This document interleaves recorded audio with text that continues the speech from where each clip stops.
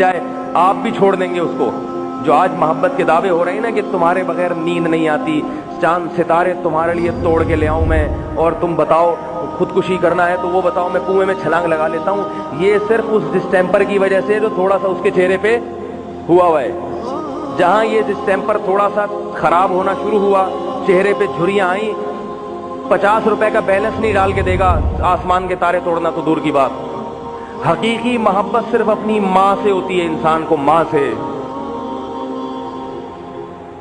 حقیقی محبت انسان کو صرف اپنے باپ سے ہوتی ہے. ماں کے چہرے پہ جتنی زیادہ سلوٹیں آئیں اتنی ہی اچھی لگتی ہے ماں.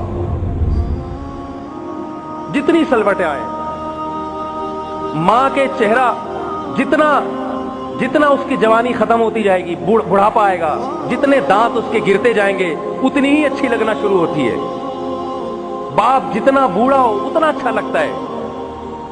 تو میرے بھائی, یہ حقیقی محبت, اللہ ان سے محبت کا حکم دیتا ہے. یہ ہے تمہارا باپ, یہ ہے تمہاری ماں, یہ تمہاری بہن, یہ تمہارا بھائی, اور یہ تمہاری بیوی. معراج کی رات پہ نبی نے دیکھا کہ کچھ لوگ خوشبودار گوشت چھوڑ کر مردار بدبو والا گوشت کھا رہے ہیں, سڑا ہوا گوشت, کیڑے پڑا ہوا. آپ صلی اللہ علیہ وسلم نے جبریل سے پوچھا یہ کون لوگ ہیں کہ اتنا بہترین خوشبودار گوشت موجود ہے مگر یہ کیڑوں والا سڑا ہوا کھا رہے ہیں؟ فرمایا یہ اس امت کے شادی شدہ ہیں جن کے گھر میں حلال بیویاں موجود تھیں مگر وہ حلال چھوڑ کر طوائفوں کے پاس جا کے منہ کالا کرتے تھے. آج اللہ نے بتا دیا کہ تو یہ سڑا ہوا گوشت کھا رہا تھا. اللہ نے کر کے دکھایا ان کو کہ تو کیا کھا رہا تھا دنیا میں. میں بار بار کہتا ہوں کسی نوجوان کے لیے ایک شادی کافی نہیں ہے, اللہ نے اس کو 4 کی اجازت دی ہے. یہ میں اس لیے بار بار کہتا ہوں کہ زنا بند کرو, شادیوں کا دروازہ کھولو. معاشرہ تمہیں کہے گا دوسری حرام, تیسری غلط.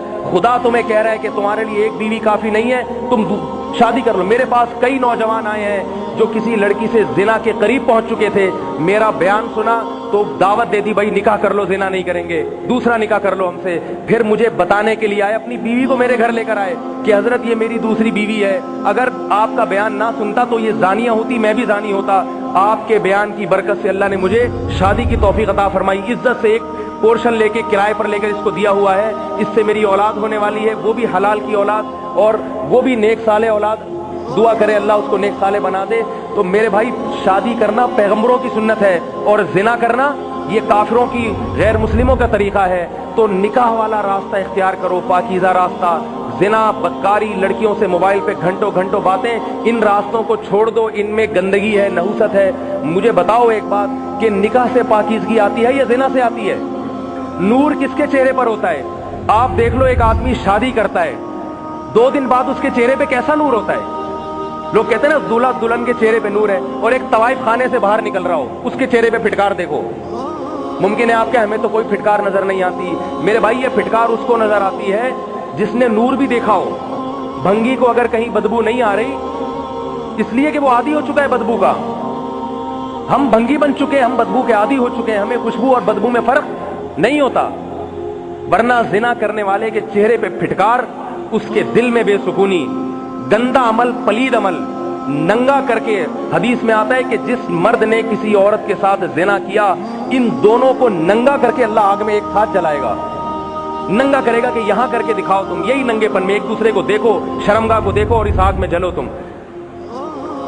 تو بھائی خدا کے لیے اپنی جان پہ رحم کرو. آج رمضان کا آخری دن ہے, توبہ کر لو اللہ سے, توبہ.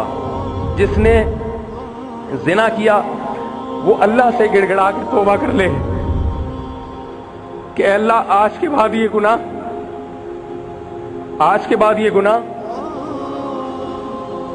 نہیں ہوگا. اللہ معافی کرے گا, اس کی رحمت ہے بہت بڑی, معاف کرے گا. وہ جس وقت پلٹ گئے, اللہ نہیں کہے گا کہ اب کیوں آ رہا ہے, مزے تو اڑا لیے تو نے. لیکن یاد رکھو موت کا وقت آ گیا, پھر توبہ کا دروازہ بند ہے, بند. توبہ کرتے ہیں بھائی, نہیں کرتے. میں سب سے پہلے توبہ کرتا ہوں, اللہ مجھے بچنے کی توفیق دے. آپ توبہ کریں, اللہ آپ کو بچنے کی توفیق دے, اور اس رمضان کو ہمارے حق میں حقیقی رحمت بنا دے, ہمارے حق میں حقیقی رحمت بنا دے. اللہ تعالیٰ سمجھنے کی, عمل کی توفیق عطا فرمائے. سبحانک اللہم و بحمدک نشہد ان لا الہ الا انت نستغفرک و نتوب.